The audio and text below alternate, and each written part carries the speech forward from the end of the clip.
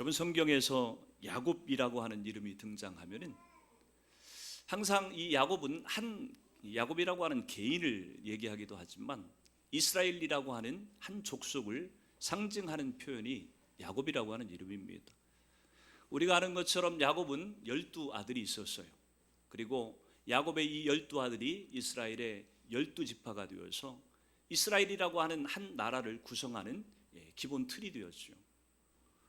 또 하나님께서 야곱이라고 하는 한 인물, 평생 자기의 머리를 의지하고 자기의 꾀로 하나님의 뜻을 이뤄보겠다고 발버둥을 쳤던 야곱, 하나님께서 그 야곱을 만나셔서 그에게 계명을 해주셨죠. 너는 네 이름을 야곱이라고 하지 마라, 이스라엘이라고 부르라.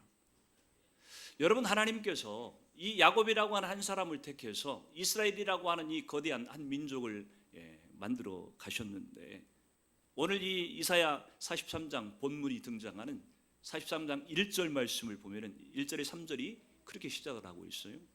야곱아, 너를 창조하신 여호와께서 지금 말씀하시느니라. 이스라엘아, 너를 지으신 이가 말씀하시느니라. 너는 두려워하지 말라. 내가 너를 구속하였고 내가 너를 지명하여 불렀나니 너는 내 것이라. 내가 물 가운데로 지날 때에 내가 너와 함께 할 것이라. 강을 건널 때 물이 너를 침몰하지 못할 것이며 네가 불 가운데로 지날 때에 타지도 아니할 것이요 불꽃이 너를 사르지도 못하리니 대저 나는 내 여호와 하나님이요 이스라엘의 거룩한 이요 내 구원자임이라. 여러분, 야곱이 누구인지, 이스라엘이 어떤 족속인지 오늘 이사야 43장 1절에서 3절 말씀이 이들의 정체성에 대해서 지금 얘기를 해주고 있다고 하는 것이, 43장 1절이 그렇게 얘기해요. 나는 너를 창조하신 여호와다, 그렇게 말씀합니다. 여러분, 하나님께서 누군가를 지으셨다고 한다면, 누군가를 만드셨다고 한다면 그 만들어진 피조물의 주인은 누구겠습니까? 두말할 것도 없이 그를 만드신 창조주 하나님이 주인인 것이, 그리고 우리는 그의 소유가 된다고 하는 것입니다. 그래서 우리가 창조주 하나님이라고 하는 표현을 할 때는요, 항상 나는 하나님의 소유다 라고 하는 것을 암시하는 표현입니다. 2절 3절에 보니까 나는 너를 구원한 구원자라고 말씀을 하죠. 여러분, 구원하신다고 하는 표현은요, 구속하셨다고 하는 표현으로도 얘기할 수가 있고, 구속하셨다고 하는 것은 우리로 하여금 마귀에게 팔려버렸던 우리를 값주고 다시 되샀다, 이런 의미를 갖고 있습니다. 다시 말해서 하나님께서 우리를 구원하신 구원주라라고 하는 표현은 다른 말이 아니라 너는 내 것이기 때문에, 내가 값으로 주고 산바되었기 때문에 내가 너를 책임질 것이라고 하는 약속의 보증이라고 하는 것입니다. 여러분, 오늘 우리가 읽었던 본문 15절에도 똑같은 얘기를 하고 있어요. 15절을 같이 한번 읽어봅니다. 시작. 나는 여호와 너희의 거룩한 이요 이스라엘의 창조자요 너희의 왕이니라. 아멘. 하나님이 어떤 분이신지를 지금 얘기하고 있어요. 15절이 나는 너희의 거룩한 이요 이스라엘의 창조자요 너희의 왕이니라. 여러분, 하나님이 어떤 분이신지를 지금 얘기를 하고 있는데, 하나님이 어떤 분이신지는 우리에게 있어서 굉장히 중요합니다. 왜? 우리는 하나님을 섬기는 사람들이기 때문에. 여러분과 저의 정체성, 야곱이 누구인지 이스라엘 족속이 누구인지 우리의 정체성을 가장 정확하고 완전하게 드러나게 해주는 것은요, 나와 하나님과의 관계 가운데서만 내 정체성이 온전하게 드러나는 법이에요. 내가 누구인지를 잘 모르겠다, 그러면 우리는 어디로 가야 됩니까? 하나님께로 가야 돼요. 하나님께로 가서 물어봐야 돼요. 하나님, 내가 누구인지. 나를 창조하신 분이시고 나를 마귀에게 팔렸던 나를 다시 되사셨던, 구속하셨던 그 하나님 앞에 가야만 내가 누구인지를 정확히 알 수 있다고 하는 것입니다. 따라서 여러분, 하나님과 나와의 관계가 어떤 관계이냐에 따라서 우리의 인생이 그대로 사라진다고 하는 것을 우리는 기억해야만 됩니다. 다시 말해서 내가 하나님과의 어떤 관계 가운데 있느냐에 따라서 내 인생이 결정된다고 해도 틀린 얘기가 아니라고 하는 것입니다. 여러분이 하나님을 어떤 분으로 믿고 있느냐에 따라서 여러분의 인생은 달라집니다.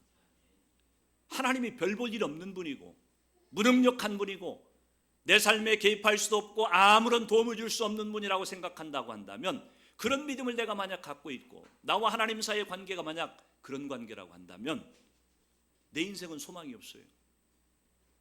그러나 하나님은 살아 계신 분이시고 전능하신 분이시고 나를 창조하시고 구속하셔서 나를 책임지시는 분이라고 하는 것, 그것을 믿는 믿음이 되게 분명하고 그 하나님과의 관계가, 나와의 관계가 그런 관계라고 한다면 우리 인생은 달라지는 겁니다. 더 이상 무능한 그런 인생이 아니에요. 우리의 믿음대로, 기도하는 대로, 구하는 대로 무엇이든지 하나님의 나를 통해서 다 이루실 것이기 때문에 우리는 능력 있는 삶을 살아갈 수가 있는 것입니다. 이스라엘의 창조자요 구원자이신 여호와께서 이렇게 말씀을 하고 계세요. 오늘 16절 17절을 같이 한번 읽어봅니다. 시작. 나 여호와가 이같이 말하노라. 바다 가운데 길을, 큰 물 가운데 지름길을 내고 병거와 말과 군대의 용사를 이끌어내어 그들이 일시에 엎드려져 일어나지 못하고 소멸하기를 꺼져가는 등불 같게 하였느니라. 아멘. 창조주시고 구원주가 되시는 여호와 하나님께서 야곱에게, 이스라엘에게 지금 그렇게 말씀하시는 것이에요. 내가 너한테 지금 얘기하는데 한 가지 사건을 지금 얘기를 하고 있어요. 바다 가운데 길을, 큰 물 가운데 지름길을 내셨다, 그렇게 얘기를 합니다. 어떤 사건입니까? 홍해를 갈랐던 사건을 얘기하고 있는 것이 이스라엘 역사 가운데서 전무후무한 그런 사건이죠. 바다를 갈랐다고 하는 엄청난 그런 역사적인 사건입니다. 여러분, 이스라엘 백성들은 출애굽을 해서 광야까지 나가는 동안에 수없는 하나님의 이 역사들을 경험을 했지만 그 기적 가운데서도 가장 압도적이었던 것은 역시 홍해를 가른 사건이었어요. 사람마다 경험은 분명히 달라요. 저와 여러분 각자가 다 경험이 다를 것입니다. 하나님에 대한 경험, 그분이 하신 일에 대한 경험이 분명히 다를 것이에요. 근데 다르긴 하지만 분명히 저와 여러분 가운데 하나님의 내 인생 가운데 개입하셔서 이루신 그런 경험들이 분명히 있을 것입니다. 만약에 신앙생활을 이렇게 오래 했는데도 불구하고 하나님께서 내 인생에 개입하셔서 이루신 일들, 경험한 것들이 만약 하나도 없다고 한다면 우리는 신앙생활 잘못하고 있는 거예요. 우리는 하나님을 잘 모르고 있다고 해도 틀린 얘기가 아닙니다. 여러분에게는 하나님에 대한 어떤 경험들이 있는지 모르겠어요. 아마 이 설교를 들으면서 각자의 인생 가운데 역사를 행하셨던 하나님의 일들이 떠오르는 분들이 분명히 있을 것입니다. 여러분, 멀리 갈 것도 없어요. 지난 몇 개월 동안 하나님께서 이 바로 그 교회를 세워가시기 위해서 행하셨던 모든 일들, 특별히 한 달 동안, 채 한 달이 되지 않아요. 한 달에서 며칠 부족한 기간 동안 하나님이 이 아름다운 예배당을 세우시기 위해서 행하셨던 일들, 밤마다 9시에 기도했던 분들은 분명히 하나님이 행하셨던 일들을 다 보고 들었을 것입니다.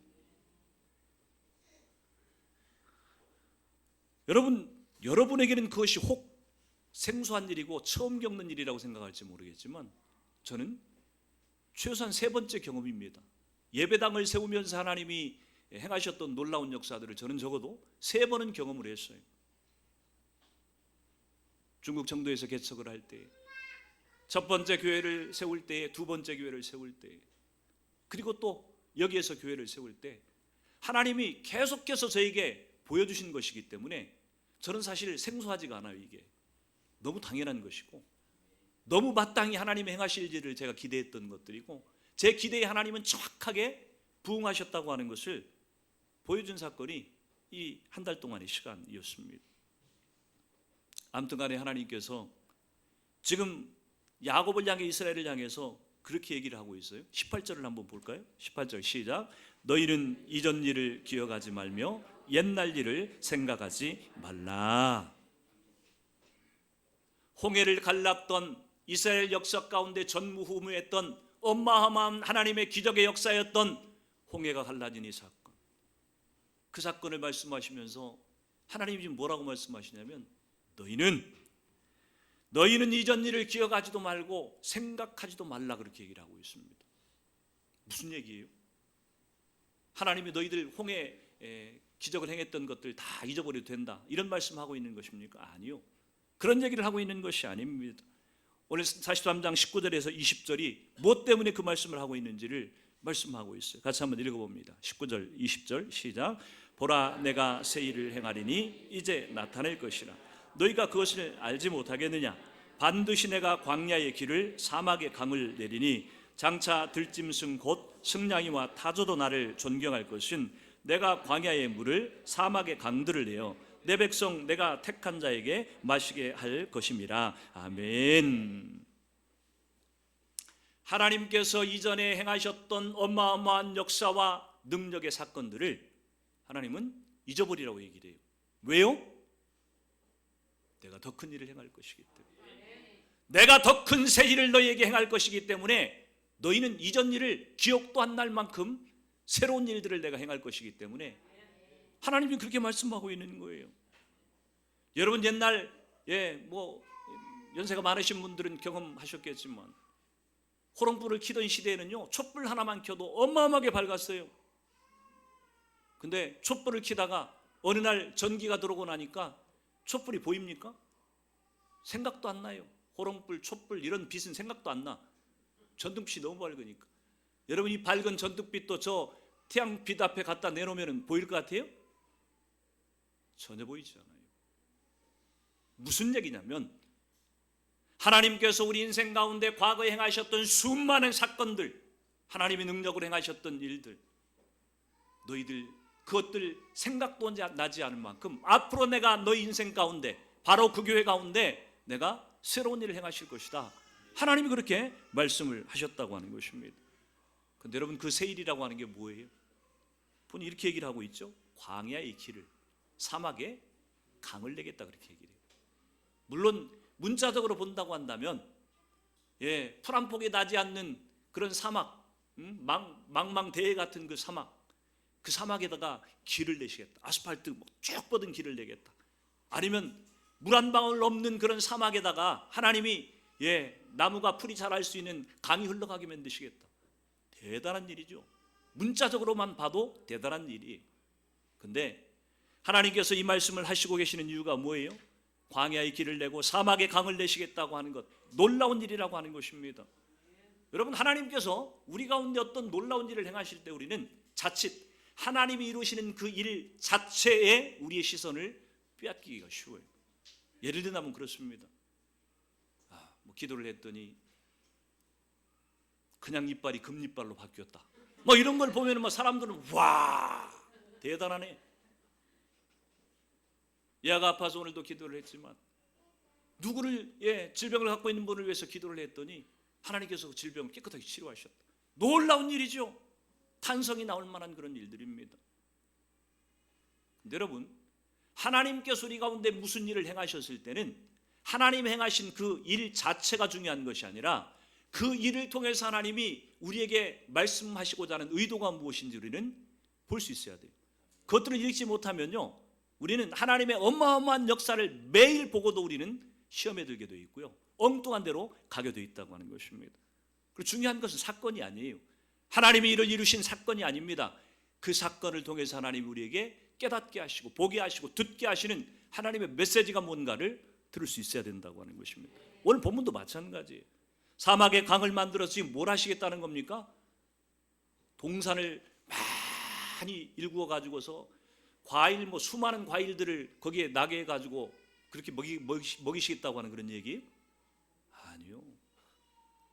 사막의 강을 만드시겠다고 하신, 우리가 떠오르는 성경 구절이 분명히 있어야만 됩니다.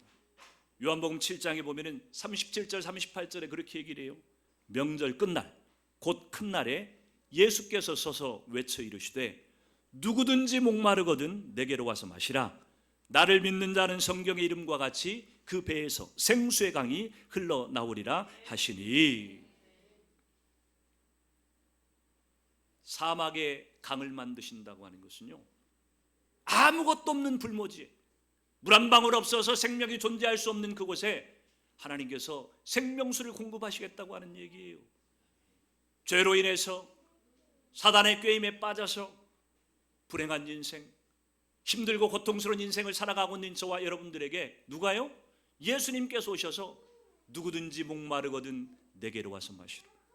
내가 주는 이 생명수를 막 먹고서 너희가 회복해라. 그 얘기를 지금 하고 계신다고 하는 것입니다.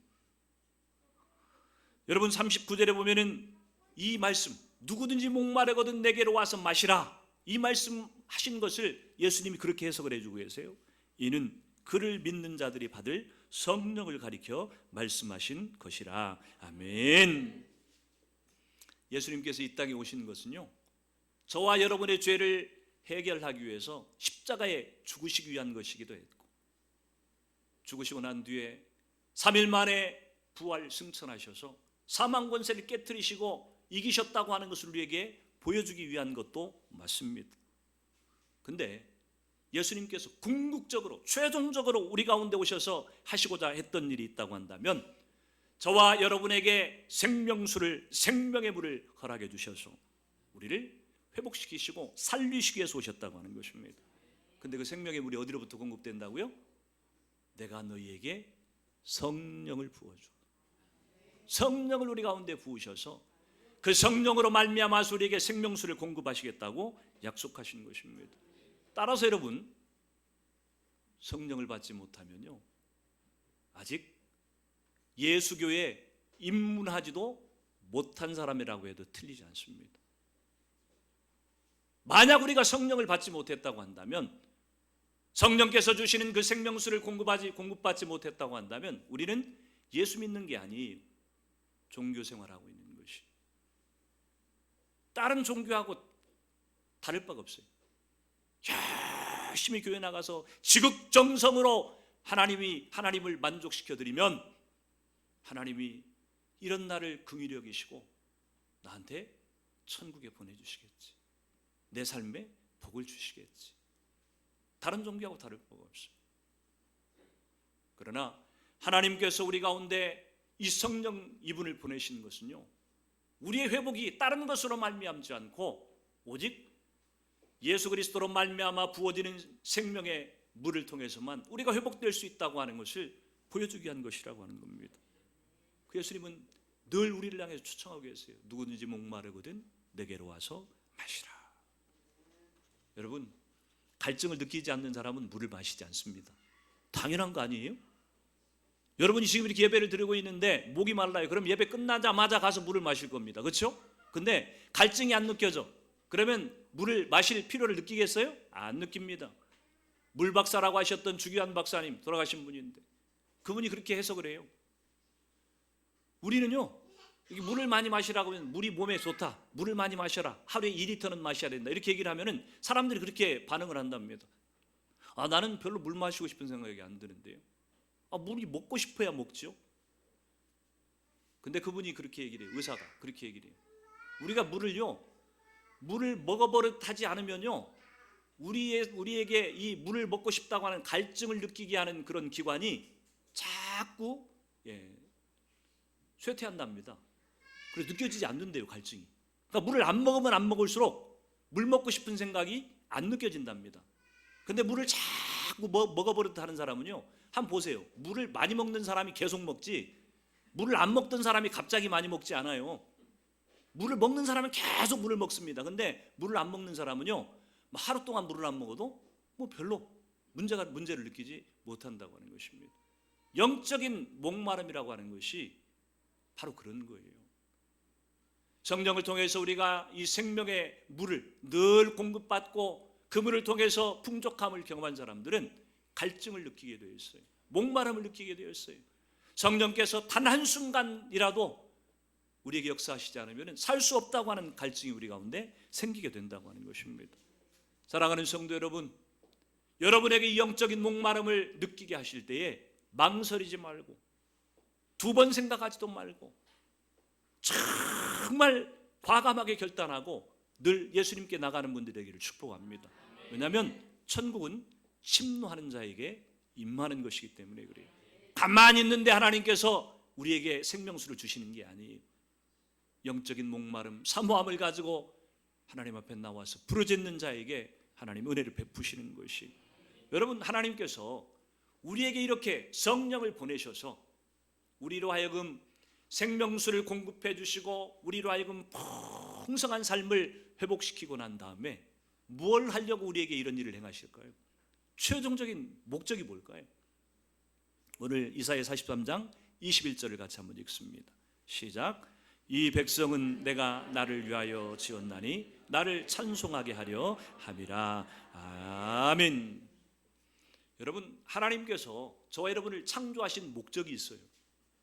죄에 팔렸던 저와 여러분을 구속하신 목적이 있어요. 하나님이 시간이 남아서 심심해서 일을 이루신 것이 아니에요. 목적을 가지고 행하시는 것이에요. 그 목적이 뭐예요? 나를 찬송하게 하려 합니다. 여러분, 찬송은요, 다른 말로 표현하면 예배입니다. 예배와 찬송은 같은 동의어예요. 같은 단어예요. 하나님을 찬송한다고 하는 것이 예배이고요, 예배는 곧 하나님을 찬송하는 것이기도 하다고 하는 겁니다. 근데 하나님께서 저와 여러분에게 우리를 창조하시고 죄에 팔렸던 우리를 구속해내시고 우리에게 성령을 부으셔서 생명수를 공급해 주시면서 우리에게 최종적으로 우리의 삶에 나타내시고자 하는 것이 무엇이냐면 하나님 그분을 예배하는 자로 우리를 삼으시려고 그 일을 행하셨다고 하는 겁니다. 그래서 여러분, 예배는요, 여기 있을 때만 드리는 게 아니에요. 이 땅에 있을 때도, 우리가 죽어서 천국에 갔을 때에도 영원토록 쉬지 않는 것이 있다고 한다면 하나님을 찬송하고 예배하는 것입니다. 여러분, 여기서 예배하는 훈련을 잘 받지 못하면요, 천국에 가서 그 수준으로 예배할 거예요. 거기 가서는 바뀌지 않습니다. 우리가 여기서 경험한, 또 우리가 갖고 있는 믿음대로 천국에 가서는 그대로 살아가게 될 것이기 때문에 저는 저와 여러분들이 이 땅에 살면서 하나님을 온전히 예배하는 예배자로 세워지기를 축복합니다. 우리를 창조하시고 구원하시고 우리에게 성령을 부어주셔서 우리로 하여금 궁극적으로 하나님을 예배하는 삶을 살게 하시기를 원하셨던 그 하나님께서, 여러분, 예배를 소홀히 여기는 사람을 과연 기뻐하시겠어요? 예배 말고 다른 것에 우리 시선을 빼앗기고 다른 것에 집중하는 것을 하나님이 과연 기뻐하시겠냐는 말이에요. 예배 시간에 졸고 앉아 있다거나, 예배 시간에 다른 생각을 하고 있다거나, 예배보다 더 다른 것에 시간과 마음을 빼앗기고 있는 것을 하나님은 절대로 허락하시지 않아요. 절대로 기뻐하시지 않는다고 하는 것입니다. 바로 그 교회는요, 예배에 목숨 거는 교회입니다. 지금도 그렇고요, 주님 오실 때까지 우리는 영원토록 예배하는 일에 목숨을 거는 교회가 될 것이에요. 예배가 성공하면 모든 것이 성공한 것이고 예배에 실패하면 모든 것이 실패했다고 믿는 교회가 바로 그 교회인 것입니다. 그래서 여러분이 바로 그 교회에서는요, 예배자를 세우는 것이 교회의 사명이라고 생각하고 달려갈 것이고요, 예배에 성공한 성도들을 돕고 세우기 위해서 바로 그 교회는 달려갈 것이, 바로 그 교회에 새로 지은 이 예배당에서 우리가 첫 예배를 드리고 있습니다. 예배당은요, 사람이 준비한 것 같지만 우리 장로님 기도하신 것처럼 하나님이 친히 준비하신 성전이에요. 산에서 첫 예배를 시작할 때부터 시작해서 세미나실도 가고 연습실도 가고 남의 회사 사무실도 빌려 쓰고, 여러분, 우리는 그때 예배 드릴 때도 행복했고 만족스러웠어요. 그렇죠? 결핍이 있다고 생각해 본 적이 없어요. 그때 상황 가운데 하나님이 최선의 예배 환경을 우리 가운데 허락하시는 것이. 그러나 이렇게 잘 꾸며진 예배당에 와서 예배를 드리면요, 그때가 불편했던 때구나 라고 느꼈어요. 확실히 좋은 것 같아요. 확실히 좋은 것 같아요.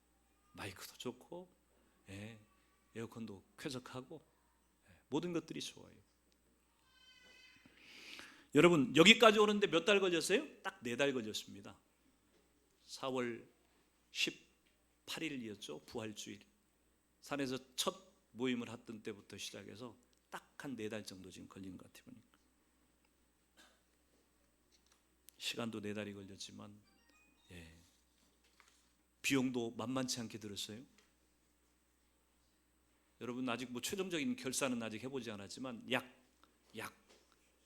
예배당을 세우고 지금 이 첫 예배를 드리기까지 소요된 재정이 한 1억 3천 정도 된 것 같아요. 보니까. 누가 하셨어요? 저는요, 이 예배당을 세우면서 정말 감사했던 것 중에 하나가 우리 바로 그 교회에 부자가 없는 것이 참 감사했어요. 만약에 돈 막 몇십억 갖고 계신 부자가 계셔가지고 목사님 내가 이번 교회 짓는데 1억 헌금하겠습니다 이러면요 한 분 헌신으로 끝나버렸을 거예요. 그렇죠? 한 사람이 헌신한 것 그 감동으로 끝나버렸을 것이에요. 여러분 아시잖아요.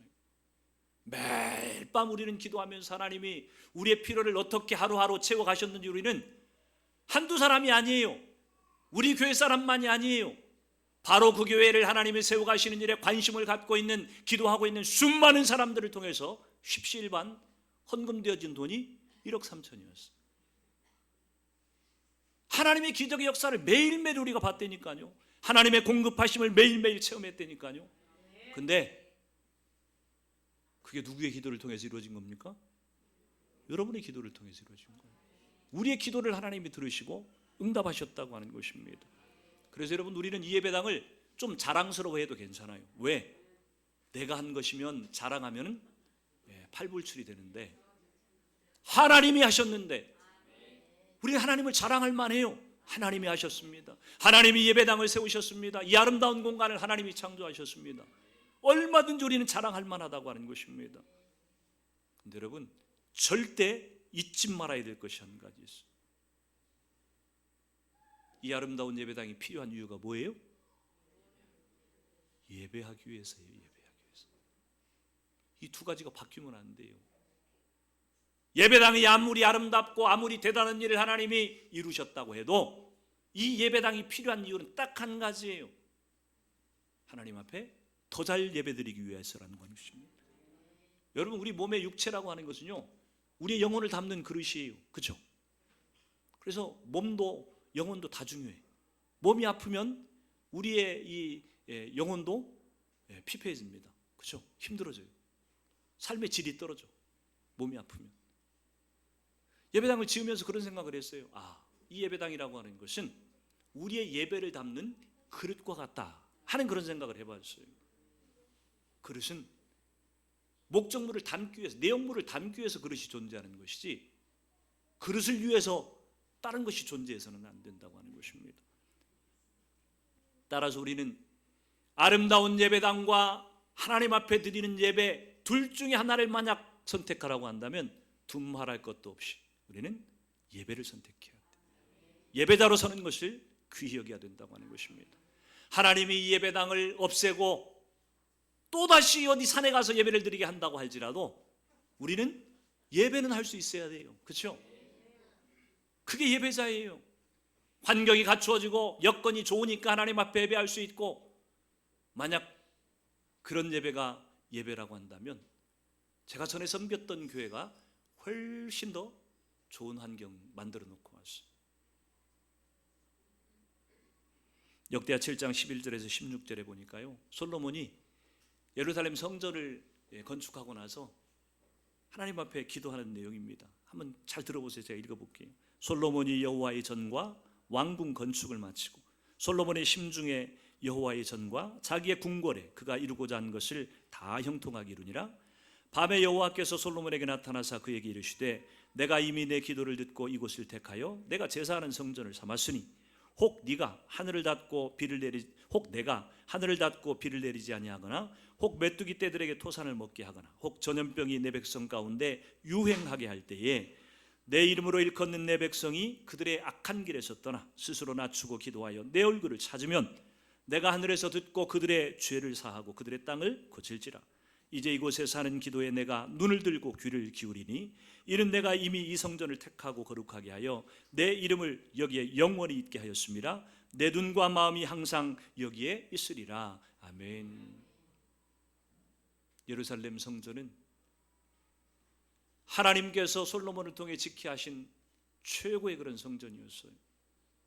그 성전에서 하나님께서 하나님을 향해 기도하면요 전염병이 있으면 전염병을 떠나가게 하시고 메뚜기 떼 때문에 어려움을 겪고 있으면 그것도 해결할 것이고 거기서 기도하는 대로 하나님께서 들으시겠다고 얘기를 했어요.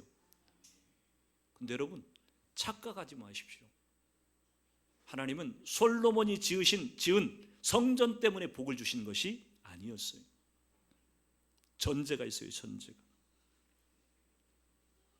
14절에 내 이름으로 일컫는 내 백성이 그들의 악한 길에서 떠나 스스로 낮추고 기도하여 내 얼굴을 찾으면, 이 성전에서 기도하면 무조건 축복하시겠다가 아니고 너희가 네 삶을 고치고 내 얼굴을 구하고, 예배자를 얘기하는 거예요. 간절하게 하나님의 은혜를 구하고 사모하고 그 앞에 엎드려 기도할 때 하나님께서 그 성전에 사는 기도를 들으시겠다고 했어요. 하나님께서 이 아름다운 예배당, 이 성전을 우리 가운데 허락하셨어요. 근데 이 성전에서 기도한다고 다 들어주시는 것이 아니고요, 우리의 삶을 말씀대로 바르게 하고 하나님 앞에 온전한 예배자로 서서 그렇게 기도할 때에 우리의 구하는 것들을 응답하시겠다고 약속한 것이. 사랑하는 성도 여러분, 하나님께서 새 일을 행하실 것을 기대하십시오. 그 새 일이 무엇입니까? 큰 건물 짓고 수천 명 모이는 그런 교회를 세우는 것이 아니에요. 하나님께서 우리 가운데 행하시고자 하는 새 일은 우리에게 성령을 부으셔서 우리로 하여금 하나님과 온전한 사귐을 이루고 온전한 예배자로 회복되는 것, 저와 여러분 한 사람 한 사람이 이렇게 예배자로 서는 것, 그것이 하나님께서 우리 가운데 행하실 새 일이라고 말씀하고 있는 것이. 여러분, 이거보다 더 중요한 일은 없어요. 예배당을 짓는 것보다도, 우리가 행하는 어떤 사역보다도 우리에게 가장 중요한 것은 하나님이 찾으시는 예배자로 저와 여러분이 회복되는 것, 이것이 가장 중요한 것이라고 하는 겁니다. 사랑하는 성도 여러분, 저와 여러분이 이 교회를 통해 이 절에서 드리는 예배를 통해서 저와 여러분 한 분 한 분이 행복한 예배자 되시기를 축복합니다. 새 일을 행하시는 성령께서 우리 가운데 생명수를 허락하실 것이, 사막에 강을 내시는 하나님께서 저와 여러분의 메마른 심령 가운데 성령의 은혜를 부으실 것이고, 그 힘과 능으로 그 생명수를 가지고 나만 먹고 사는 것이 아니라 그 생명수가 필요한 수많은 열방의 영혼들을 향해서 이 생명수를 흘려보내는 통로로 저와 여러분들을 쓰실 것이, 우리 바로 그 교회가 그런 하나님의 통로로, 바로 그 교회 성도 한 분 한 분이 그런 통로로 하나님께 쓰임받는 축복이 있기를 주의 이름으로 축원을 드립니다. 같이 기도합니다.